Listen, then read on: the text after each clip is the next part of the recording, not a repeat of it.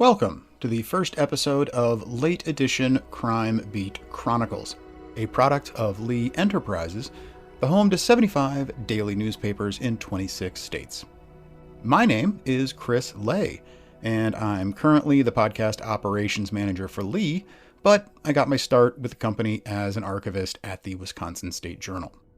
What we're going to be doing with this show is presenting notable true crime stories as reported by journalists working for the regional newspapers that covered them from the dozens of various Lee-owned publications around America. The plan is to spend 5 or 6 episodes on each individual story, with installments coming out on a weekly basis.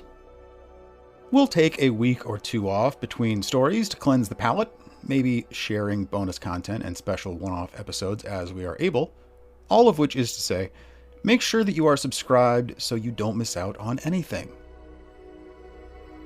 For this first series, which will start in just a little bit, we're taking a short drive east of Tulsa, Oklahoma, to learn more about the state's most notorious cold case, the 1977 slaying of 3 Girl Scouts.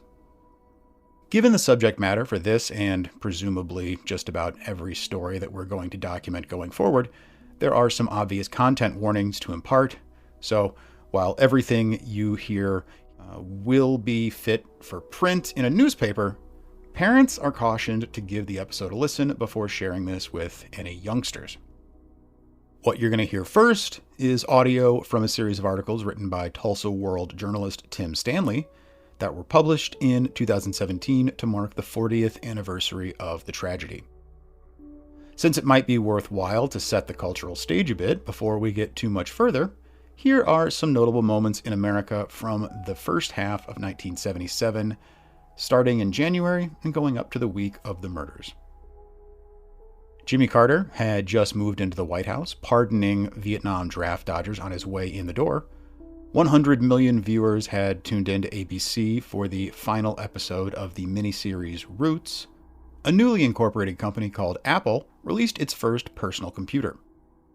Audiences packed theaters to see Smokey and the Bandit and something called Star Wars. And Fleetwood Mac, Marvin Gaye, and Bill Conti's theme from Rocky topped the Billboard charts.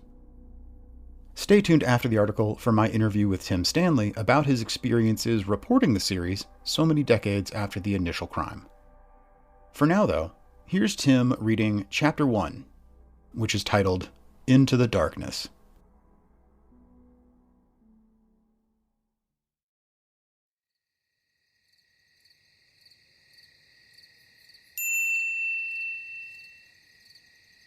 Darkness. Total, all-consuming darkness. Michelle Hoffman has never forgotten her first experience with it. My first year at Camp Scott, I remember going, whoa, because it is dark, dark, dark in those woods at night, she said. If you've never been camping in a platform tent in the deep woods, it's a little intimidating. After your first time there, she added, you get it. You're just prepared. It's going to be dark. For the Girl Scouts of the Tulsa-based Magic Empire Council, the dark nights were all part of the experience of Camp Scott, where their annual 2-week summer camps were held. Hoffman was 9 years old, her first summer there. She had fallen in love with everything about it, she said, the hiking, swimming, the sleeping in tents, and had come back every year. Hoffman's 7th summer was going to be different, though. For one thing, she was no longer a camper. At 15, she had aged out. Instead, she would serve as an aide to the camp director. Something else was different, too, although Hoffman had no way of knowing it going in. Every summer up to then, despite what a little girl's imagination might sometimes conjure up, the night had not been hiding any real terrors. But that summer, in June 1977, there was something in the darkness at Camp Scott that had not been there before. On the morning of Sunday, June 12th, by the time Hoffman arrived at Girl Scout headquarters in Tulsa, the parking lot was already swarming. There were girls everywhere, she said, excited, loading up the buses. But in all the hubbub, one girl caught her eye. She just stood out to me, Hoffman said, recalling the first time she saw Denise Milner. A 10-year-old Girl Scout who was going to camp for the first time, Denise was one of the only African-American girls in the group. I could tell she was nervous, Hoffman said. Thinking she could use a little encouragement, Hoffman walked over and introduced herself to Denise and her mother, Betty Milner. Denise was feeling homesick, Betty told her, and not wanting to go. "Why don't you come with me?" Hoffman offered. "We'll ride down together." Denise agreed, and the two claimed the front seat of their bus.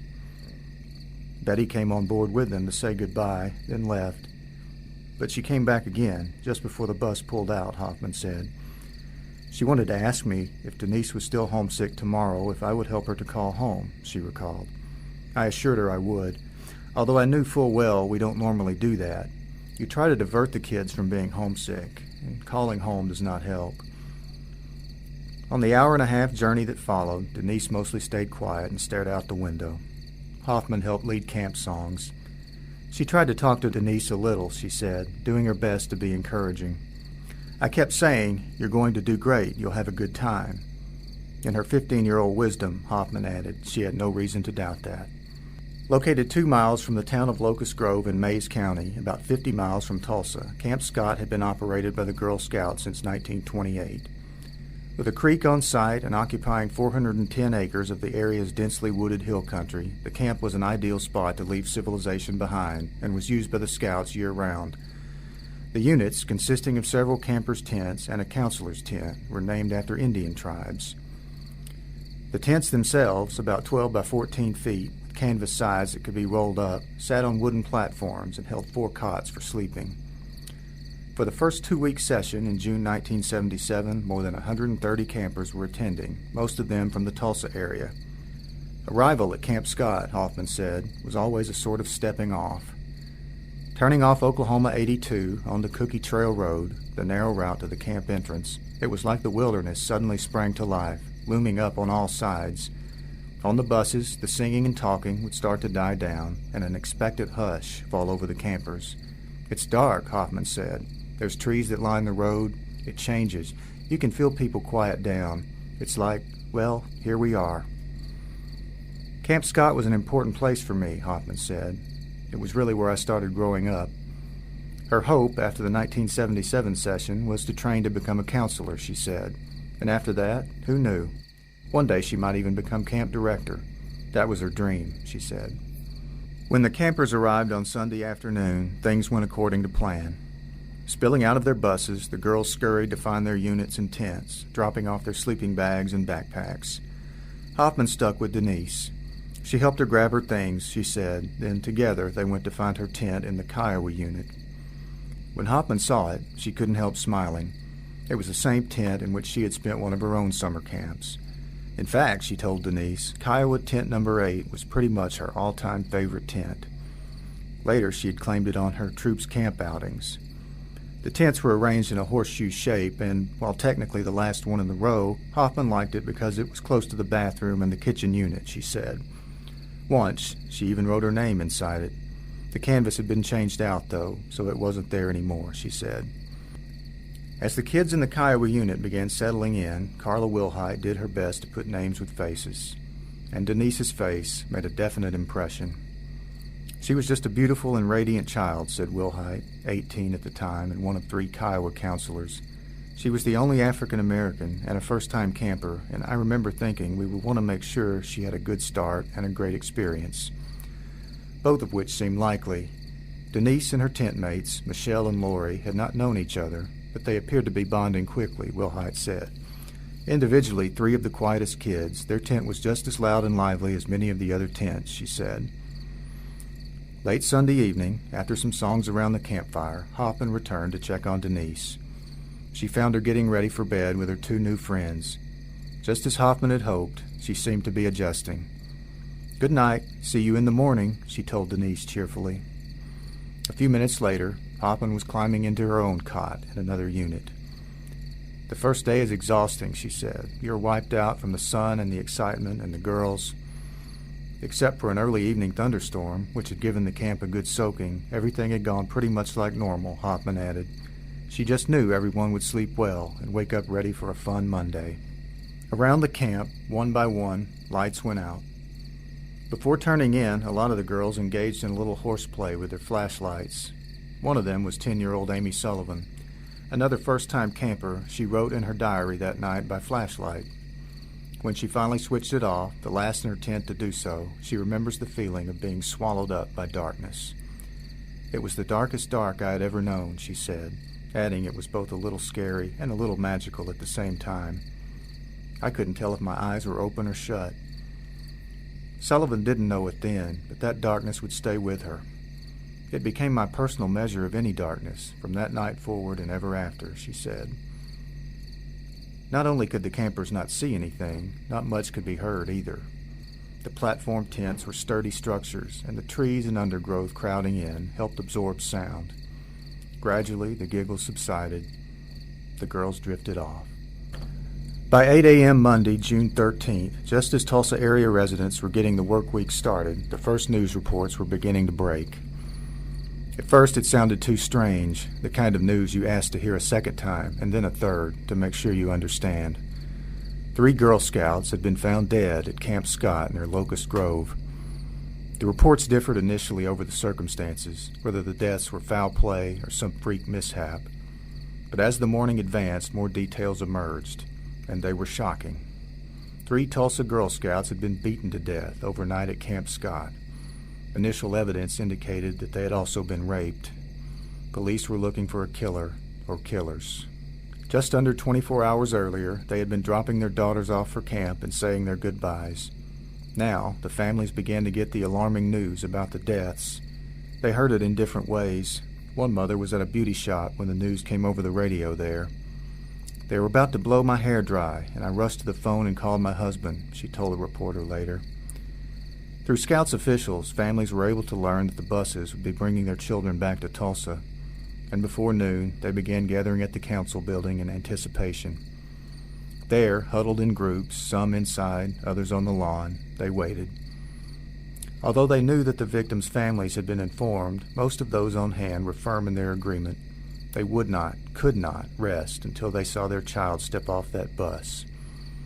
That would take a while, and the waiting only fed the tension.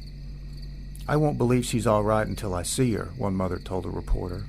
As she walked back and forth, the woman patted other parents on their arms, as if by reassuring others, she was reassuring herself.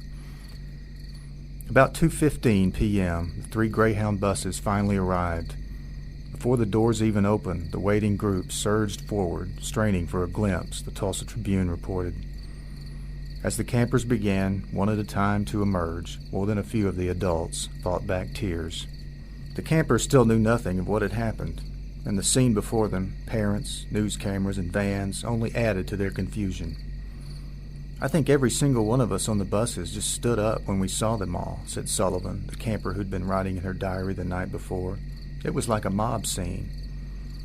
Explanations for most would have to wait, though. Sullivan remembers her grandmother, who picked her up because her parents were in Dallas, looking distraught as she came out of the crowd. Together they collected her things and then drove away. A few minutes later, at a stoplight, Sullivan recalled, "I remember looking at her very closely. I asked her what happened." "Oh, honey," her grandmother replied, crying, "3 girls were killed at your camp last night." "Killed?" Sullivan asked. The word didn't quite register. Killed. At camp? While I slept? I could not understand how that could be. Among the girls on the buses, she said, the rumors had been swirling.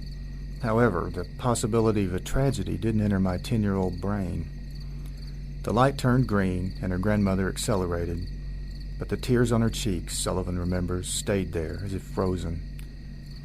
That night in her diary, after her own tears had finally come, Sullivan tried to sum up the day. "I came home from camp," she wrote, "because something happened at camp. 3 girls got killed." Sullivan doesn't remember when, but sometime later she crossed out killed, and above it wrote murdered. "Before this," she said, "I didn't even know what that word meant." After the buses had left Camp Scott for Tulsa, Michelle Hoffman stayed behind, helping camp officials as they assisted authorities. Unable to even begin absorbing what had happened, she spent much of the day, she said, answering the main office phone. It rang constantly, with calls coming in from media around the world. Hoffman finally got back to Tulsa that evening. Met by her mother, she said, it was then, for the first time all day, that she cried. "For some reason, seeing my mother made it real," she said. The worst moment, though, wouldn't come for a few days. Hoffman still remembers how it hit her, the terrible revelation. Sitting in the living room with her parents, she was poring over the newspaper and the latest reports about the murders. For the umpteenth time, she looked at the victims' faces, read the names: Lori Lee Farmer, Michelle Gousset, Doris Denise Milner. And suddenly, Hoffman felt very sick. The bus ride to camp flashed in her mind, then the bedtime check-in. Good night, see you in the morning. Suddenly, it all came back. Up to that moment, the first name Doris and the artificial quality of the photo had thrown her, kept her from making the connection. "Oh my God, Mom," Hoffman blurted out, holding up the newspaper. "This is the girl I rode the bus with. This is Denise."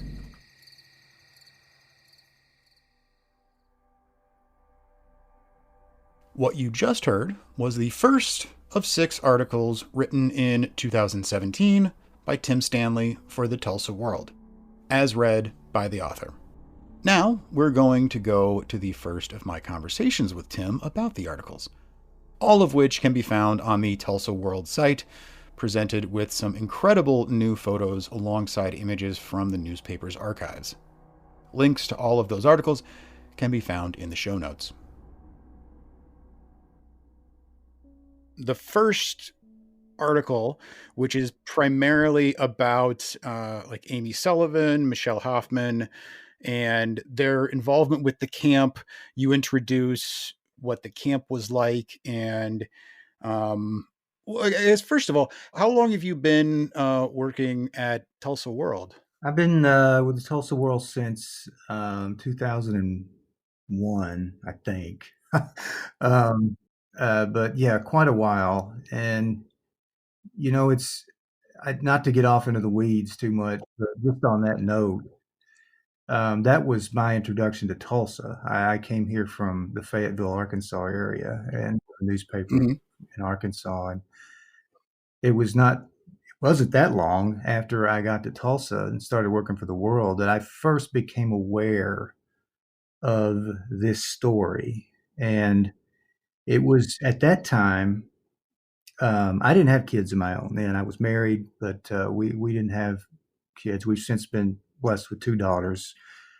But when I first heard, I don't remember who was talking about it, but my take on it, or at least the way it was framed, was that this terrible thing had happened in the Tulsa area, you know, Mm-hmm. 30 years ago at that time, or even 25. And, these 3 Girl Scouts were murdered. And it was a terrible thing, a huge news story that it went on for more than a year. And they did catch the guy who did it, but he got away with it. But after he got away with it, he suddenly died just after that in prison.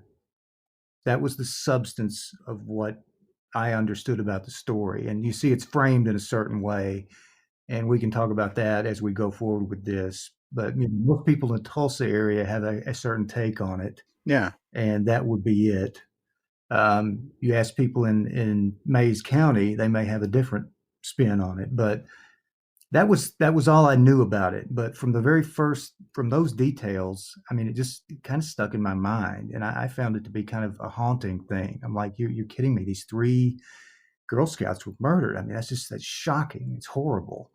And then they had the guy, but he got away with it. But that's where it started. Now, obviously, it would be a number of years before I learned more about it, and then this opportunity to do this project came up. But I do distinctly remember being new to Tulsa Mm-hmm. and hearing somebody talk about it framed in that way, and so that's how it first came into my mind. I was not aware of it, Yeah. of the story, being from Arkansas. It was a national news story in its day, but a lot of people outside of Oklahoma will not remember it. In the first article of the series, it mentions that the day after, or I mean the day that the bodies were found, that the camp was getting inundated with calls from around the Yeah. world. News sources that were interested in covering it in some way, and it's most kids go to camp at some point, and the idea of like the campfire stories, the boogeyman, the whatever. I mean, this is something that is a real life version of that, stepping out of tales designed to scare kids into something that, was a real tragedy for an area. And, obviously still resonates. Yes, even now, yeah. It's part of what I think makes the story, um, what makes it really stick in your mind and become something that you can't quite let go of is the setting itself. The fact of where these things happen. You're right, a camp setting, that's not supposed to happen, right? Even now, and we're talking in the 70s, but even now, I mean, in the world we're in at this point, to think of something like that happening is just, well, it's unthinkable. I mean, we're talking about the Girl Scouts, we're talking about summer camp. These are uniquely almost all American institutions, time honored, something all American kids have participated in at summer camp at some time. And, so the crimes themselves seem really incongruous to their settings. And I think, that's part of what um, that has made the story last like it has. I mean, Yeah. not that if they had been killed in some other setting or in some other way, that it wouldn't have been just as horrible. But the fact that it was a Girl Scout camp out, definitely I think affected people then Hmm. and still does when they hear this story. And it's the other side of it is that, as you mentioned, and is will be covered in later chapters, is that it's still unresolved. I mean, so far as you can say this guy did it with a certain amount of certainty, but in the eyes of the law, in the eyes of people looking for justice and a sense of restored security, it's just not there. Yeah. No, exactly. And that's one of the maddening things about it is that there is no final answer. And, having met the families and that's where it really gets you is if sometimes what we do in this business, I mean, we're in the business of empathy. We're in the business of helping people step into other people's shoes and experience an event or just life in general as these people have experienced it. And I hope the stories were able to do that as far as with these families. And, that's where, you keep coming back to when you've been through something like that. I mean, everybody deals with it in their own way. And each one of these families, I mean, they had their own unique way of grieving and then ultimately dealing with it. But at the end of the day, they still don't have a final answer. And that is the thing that it's really hard unless you've been through something like that. I'm not even sure, having met them and interviewed them, that I can fully appreciate that. But yeah, that's still just kind of hanging there, that question, final, what what really did happen that night? Who did this? You mentioned talking with the parents and other people. Uh, how did all of that come about? How long were you working on the article before it came out as part of the series? And how long did the actual like reporting process take? I first pitched the story a year before. I knew that the 40th anniversary of the crime was coming up, and this would be in June of 2017, I think. Yeah, it's 2020. Uh, this is 2017, so 3 years ago. But it was about a year Mhm. before that we were just knocking ideas around, and I said, I might like to do something, in connection with the 40th anniversary of the Girl Scout murders, and they liked that idea, my bosses, and so a year out, I had an idea at least that I wanted to do some kind of a series on it. And as the weeks, went on, I began to just kind of pick around here and there. I put together a spreadsheet, and um, well, and to come up with the names of the people that I knew I was going to want to try to interview. We have, our archives, of course, and we have the Tulsa World. That's our archives, but we also have the archives of our sister paper at that time, the Tulsa Mhm. Tribune. which they no longer exist. They closed in the 90s. But so I had those two. I had access to the archives. Um, so a lot of stories. It was amazing to me just how much ink had been spilled, on this story. But I had that, and so I started going through those and learning more about the event itself, the crimes and those involved. But I put together a spreadsheet early on, and so a few more weeks passed, and we were probably getting towards the end of that year. So my thought was at that point I knew I wanted to do 5 or 6 story series, and I had an idea of how I wanted to break it down. So I reached out before I did anything else. I said, you know what, the most important thing is, because it would make or break it. The most important thing is, would the families be willing to participate? Because if they weren't, that changed everything. I It's a mean, non-starter, it yeah. goes from a 5 or 6 story series to some kind of probably just one story, If that, yeah. just your typical anniversary piece without the families participating, just a lot of rehash from old articles and maybe a couple of officials, that's absolutely what I did not want. But I reached out to the families. I started with Sherry and Bo Farmer. It's Lori Farmer's parents, Lori being one of the girls who was killed. And then also Betty Milner, who's Denise Milner's mother, single mom. Then the Gousset family, Richard Gousset, Michelle Gousset's father. Immediately, Betty Milner and Sherry Farmer, they were receptive, but I could tell there was some, they knew to expect, being a 40th anniversary, that there would be reporters probably interested in calling them. But what I did, and I did not have any success with Richard Gousset, but I'll save that for.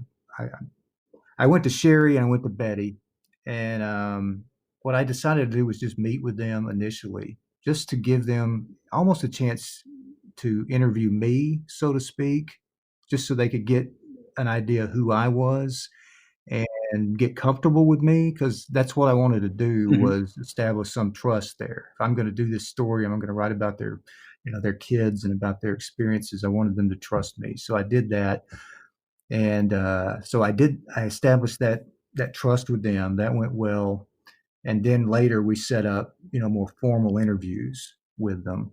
So that's how I approached that. Since 2 of the 3 families were on board, I knew we could proceed. Now, the matter of the Goussets, that was a different situation. Now, I did talk to Richard, who has, I'm sad to say, has since passed away, I think just last year. But now he was kind enough to get back with me, which is something he had actually did not really do. They've really been, their position has been to kind of withdraw and not talk about this anymore for about the last 20 years.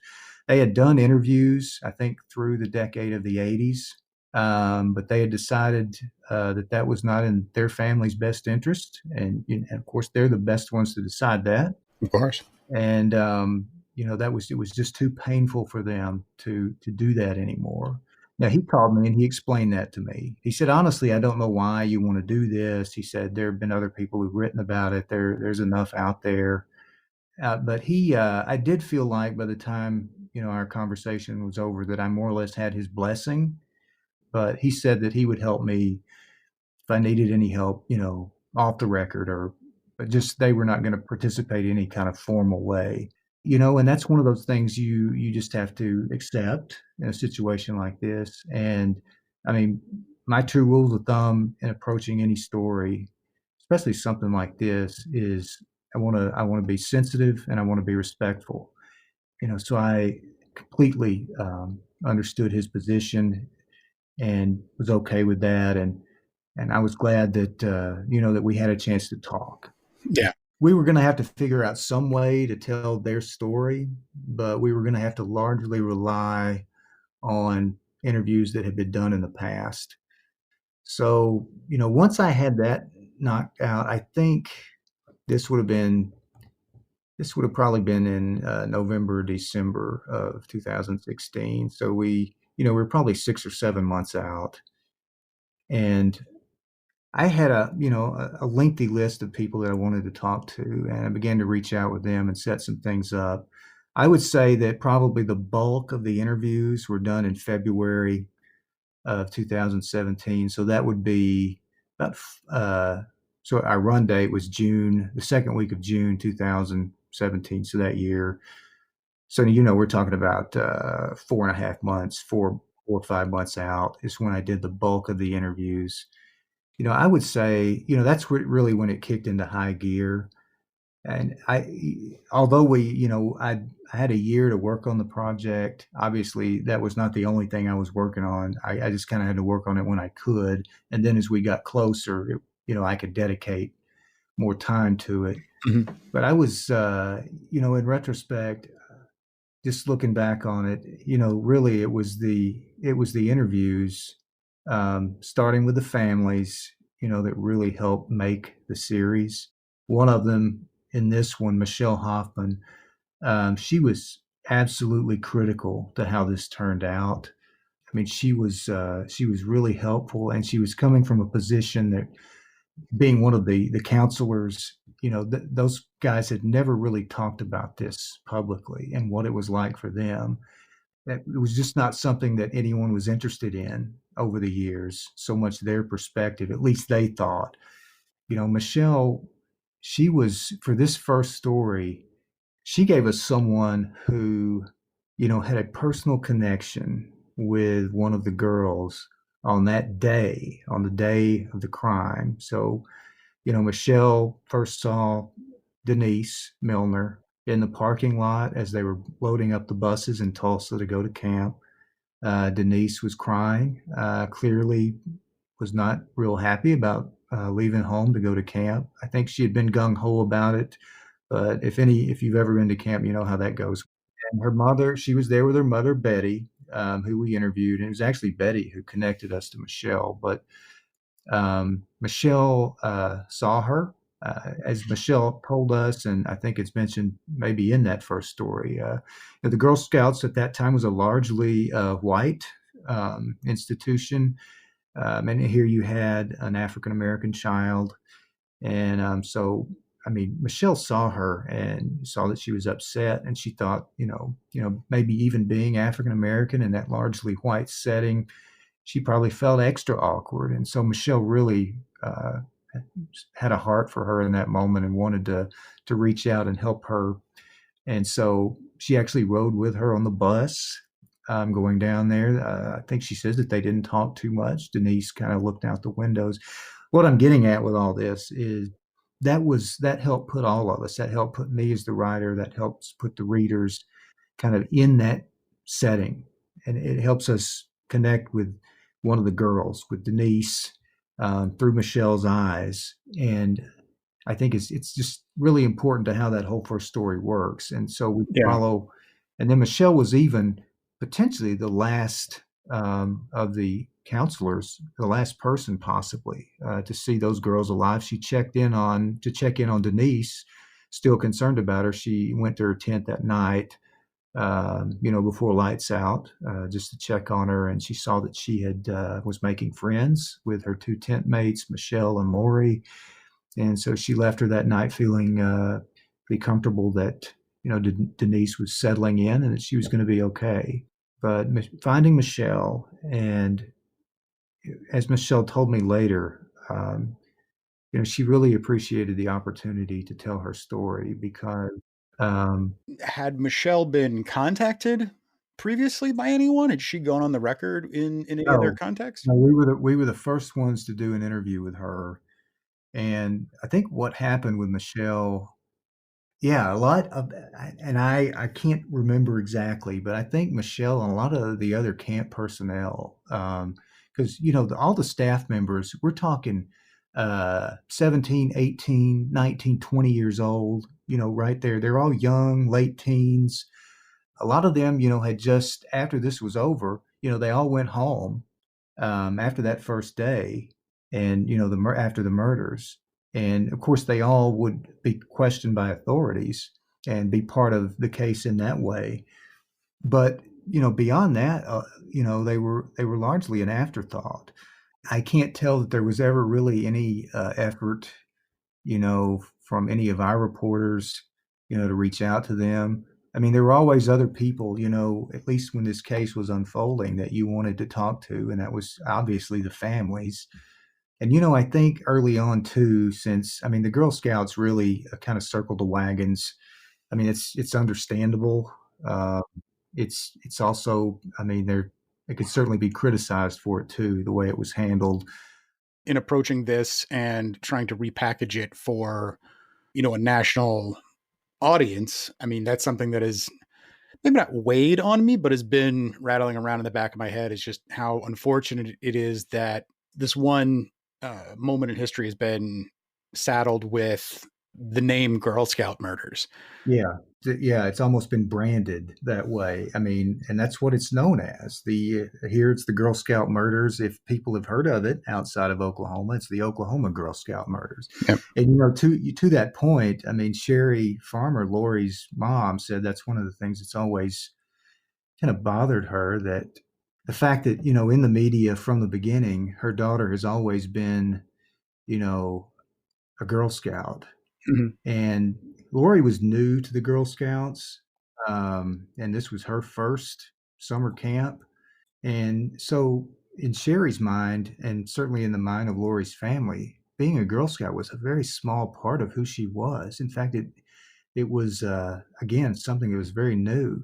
There was so much more to Lori than just that part of her life, and yet here she is, sort of immortalized in the minds of media consumers and newspaper readers as a Girl Scout, you Yeah. know. And that's one thing she said to me. She said, Lori was so much more than a Girl Scout, but that's how she'll be remembered, Yeah. which, that's unfortunately kind of the nature of an event like this, and particularly that setting. While it can easily, even for me as a reporter and a writer, I've written about some of these things that you kind of don't think about that sometimes. I mean, people are so much more than, what they were in that one horrible event, that happened to them, and whatever that situation was. Yeah. It forces you to kind of recalibrate your framing of the people, not only in this, but in any other instance that you might write about. Exactly. Yeah. Bottom line, I've grown through this. I mean, you can't help but grow, I think, and see things in different ways and become more sensitive overall to certain things. Yeah. Um, and I thank the families for helping me do that, particularly Sherry and Betty. But yeah, One of the most indelible images from this first installment was another interview subject that I'm assuming you were probably one of the first people to talk to, but Amy Sullivan. yeah. I mean, for obvious reasons, reporters aren't going to interview someone who was that young at the time. But given the time that has transpired since then, you can kind of come back to it. And the image of her writing in her diary. Oh, yeah, yeah, yeah. It gives you, as the reader, a child's perspective on this, and how completely foreign to a child that age something like this would have been and would still be now. I mean, for most children. And Certainly. how do you wrap your head around that? Yeah, Amy was also very helpful, and she was another good find. And I think it was Michelle that helped me connect with her. And yeah, Amy comes up in another story in the series because she is, I can't remember exactly what she's doing now, but she did a thesis when she was in college, in which she talked about the crime. And so she had, it's something that she had wrestled with over the years. But the ability to talk to her and just have, at least one of the kids who was there that night. Yeah, Amy was a great interview, and she was very generous in sharing her time with us. One of the things that kind of jumped out at me, hearing you read it and seeing it on the page, the story is written with a a more prose style than I think a lot of newspaper stories of this nature might have been. Was that something that you were aware of going into it, or am I, potentially just way off base even No, perceiving it as I think such? other people have.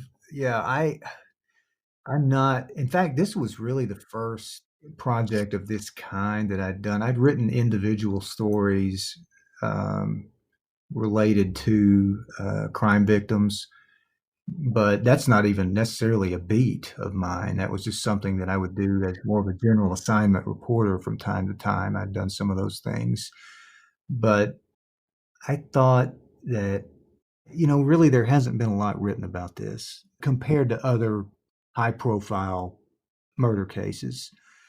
I mean, I just thought it merited something more. And I wanted it to be immersive, and I wanted it to be, something that would put people there, help them again, I use that word empathy, but help people kind of step into the shoes of the different people who experienced this. Yeah, it's that's kind of a style that I've developed. I like doing more prose like writing in journalism, but I hope that, given just the lack of things that there were out there on this subject Mhm. prior to this series, I kind of hope that we kind of created the definitive telling of this story. And I want to emphasize we, because even though my name is on it, this was very much a team project, and there were many components to it. I can't say enough about, our photographers' involvement in it. They took it to heart, and they did some really good stuff. We got into Camp Scott, and that's something we can talk about, as we go forward. But we got access to the site, and that was not easy. And there are reasons for that, but um, we got in there and we got footage from the old camp, which has been shut down since that day. That never opened again as a camp. For pretty understandable reasons. I mean, going back to what I was saying with, the campfire stories and everything. I mean, this is like if, Crystal Lake reopened after, obviously that's, I don't use that example to do a disservice or anything No, I know what to, you mean. Yeah, I mean, if real and you'd had a series of murders at a real camp, yeah, it would never be a camp again. It just couldn't. yeah. And so now it's a private lease, and it's used for hunting. At least part of it is a vast property. I can't remember how many acres. Anyway, we were able to get in there, and my saying all that to say that there are visual elements to this that really I think took it to another level. There's a timeline for people to explore. You have the photos that the photographers took, and you also have you ransacked the archives, your photo archives, to go and get a bunch of old press photos and clippings, Yeah.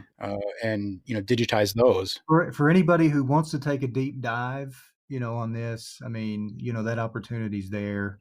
We've got there's a lot to this project beyond just the stories themselves, but yeah, definitely you can just read the stories, or if you want to go deeper, we've got some other stuff through our website. Well, the overall effect is one of great empathy towards the victims and the families and everybody else involved, and I've really enjoyed going through it. And the next episode is chapter 2, which is the manhunt for Jean Leroy Hart. Yes, and he doesn't. We don't even. He's not even mentioned in story one. So yeah, we even though he is obviously a major player in this story, Yeah. and whatever you believe about him, at the end of the day, after you've read all of this or really studied this, he is a central figure, and so yeah, we can talk about him a little more next time. Thanks for tuning in for the first episode of Late Edition Crime Beat Chronicles. There's a lot more where that came from just over the horizon, so make sure you're subscribed to the show wherever you listen to your podcasts.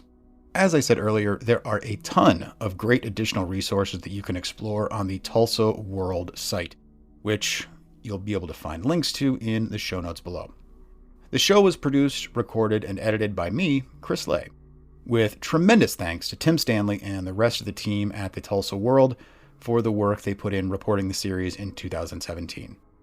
For Lee Enterprises, I'm Chris Lay.